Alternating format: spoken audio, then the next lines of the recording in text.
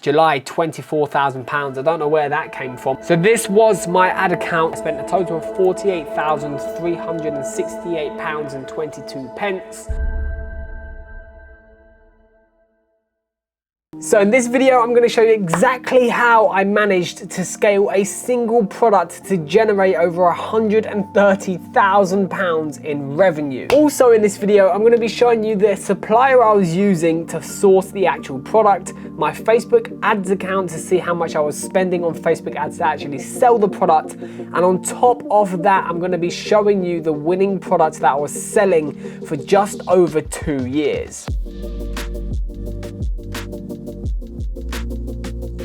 Hopefully this video helps one of you, or at least a few of you, as much as possible, because it's quite rare to come across brands and dropshippers nowadays who are open in telling you their winning product, how much they spent, all of the finances, how much they made, how much they lost, and on top of that, showing you where they went wrong. Because at the end of the day, everybody makes mistakes, and I'm one of those people, because I made quite big mistakes when it came to this Shopify store. Those mistakes, I'm going to be showing you where I went wrong along the video, so make sure to watch the whole video. If you are new around here, slap that like button, subscribe if you guys are new, as this is a brand new e-commerce / how to make money online channel where I'm going to be showing you guys a lot more videos to come. So the winning product I was selling that generated over £130,000 in sales was if my keyboard wanted to work there, you know. For God's sake. The product I was selling was a crease protector, and as you can see,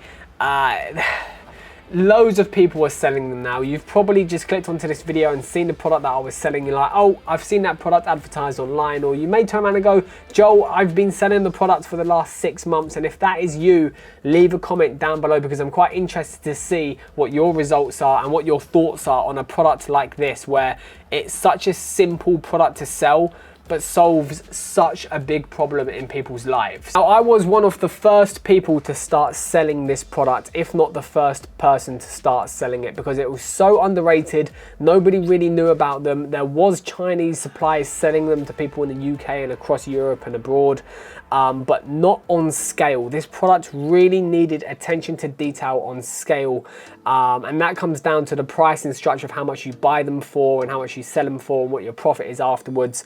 The money was there to be made, but only if you were selling 50 to 100 plus pairs every single day. Now, don't get me wrong, I was starting to sell 20 and 30 a day, sometimes 5 a day on less busy days, but when I started ramping up my ad budget on Facebook, that's when I started to clock on, hang on a minute, this product can be really, really scaled. Like, this can go not just the UK, this can go to America, the whole of Europe, Netherlands, just absolutely everywhere. And that's exactly where I placed my ads. And as soon as I done that, the brand, if you want to call it a brand, absolutely blew up. In front of me here, I've basically got my breakdown of what I sent to my accountant to do obviously my tax return. I'm not going to be showing all of it. I'm going to be careful with what I show, but I'm going to show you as much as I can. As you can see here, this was October 2019. I done £973 in sales, November 2,000, December 8,000, January 22,000, and I'm thinking, how can a product that literally cost me 40p from China, one item, which I'll get into the costings in a second and how much I spent on stock, but a single product from China I was selling, and I made £22,000 in revenue in a single month. It's crazy. Even today, when I'm a bit older and I've got other businesses, I still find that absolutely ridiculous. Then it started to quiet down again, so I'd done 12k in February, March, April, May really, really quiet. July, £24,000. I don't know where that came from. Obviously a rocket went up my store's arse or something. And then August, 9k, and then it kind of to fizzle out after then. Also on the right hand side, you have how much ad spend I spent to generate those sales. But overall, as you can see, it was pretty crazy, including my post office ad spend. I mean, going into a post office spending £3,000 in a single month. It's crazy. I keep saying it, but it's ridiculous. Now, this is where there's a little hiccup in the road, and not many people understand why I took this route that I did. But I'm going to explain it. Dropshipping in a summary is basically you build a website, you run a set of adverts. As soon as there's traffic on the website, you convert them into sales. Once you get a sale, you send it straight to your supplier in China or wherever they are in the world. Mainly it is China. They send your product all the way to the UK or it's its final destination. Therefore, the only work that you have to do is building your website, building the ad campaigns and let it run from there. Now, although that sounds really good and stress easy and you don't have to do much, in my head, I'm quite controlling when it comes to business. So I wanted to be in control of my own items and my own complaints and my own returns and refunds. When you're dropshipping, you can't really do that. Because if I go onto somebody's dropshipping website now and place an order from a UK website, I know I'm not going to receive it for the next 15 to 30 days because I know full well it's coming from China. But when people was coming onto my website, I was saying that you get your delivery in 1 to 2 working days because I was sending them first class.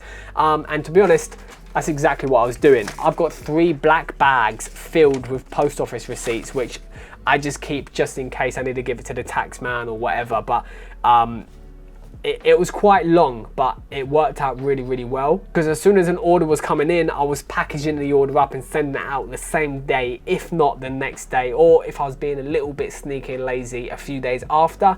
But at least they would genuinely receive their order within a few working days. But with dropshipping in China, it takes weeks, if not months, to deliver to your door. Now that's when I sat there and placed my order on Aliexpress with the supplier, and I ordered 25,000 pairs of crease protectors, and I was sat there in the front room with 117 boxes of crease protectors that have just come from China.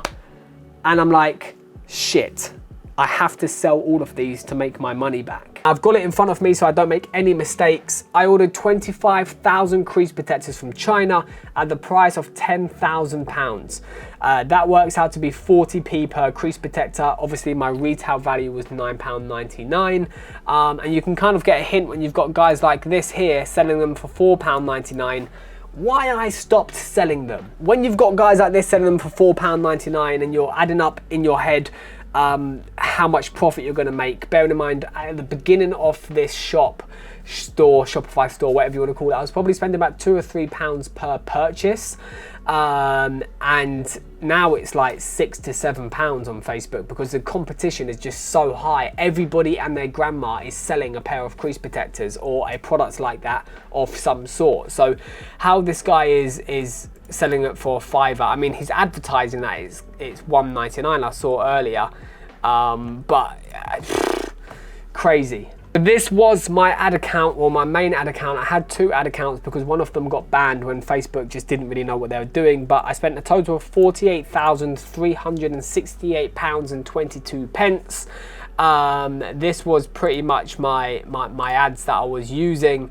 The Ultimate Sneaker Shields, fast delivery on all orders, again because I was shipping them from the UK.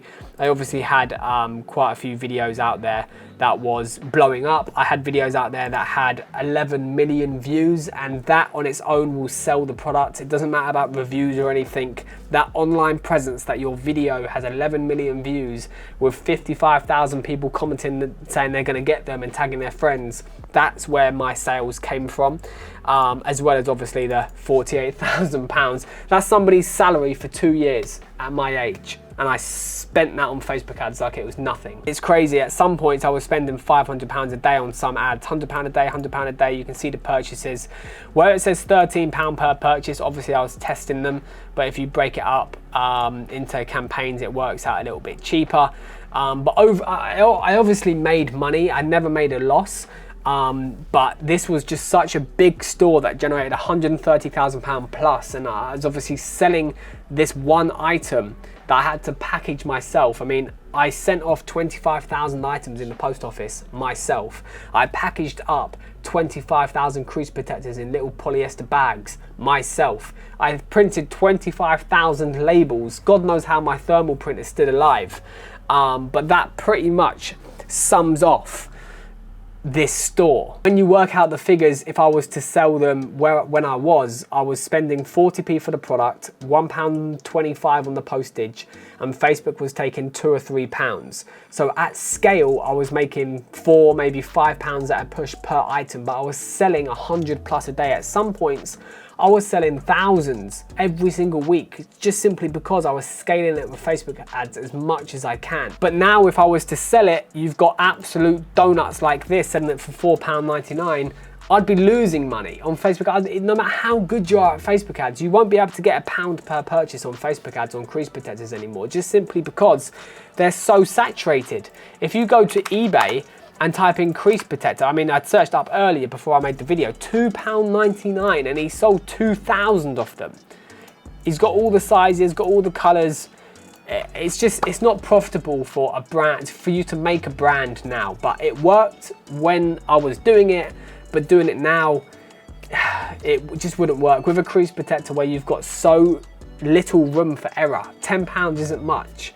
That's where my biggest failure came from. People like this undercutting me, and people were going onto my store from my advert, going to them, buying it, and that it just didn't work out in the end. Just tried to go to Aliexpress as well and find a supplier, but I can't find the supplier. Bear in mind, I stopped over a year ago now, so she may move on to different things, but I was having this supplier who sent me it all by FedEx airmail, which cost me thousands of pounds as well. God knows why I just didn't wait for a shipment on a boat.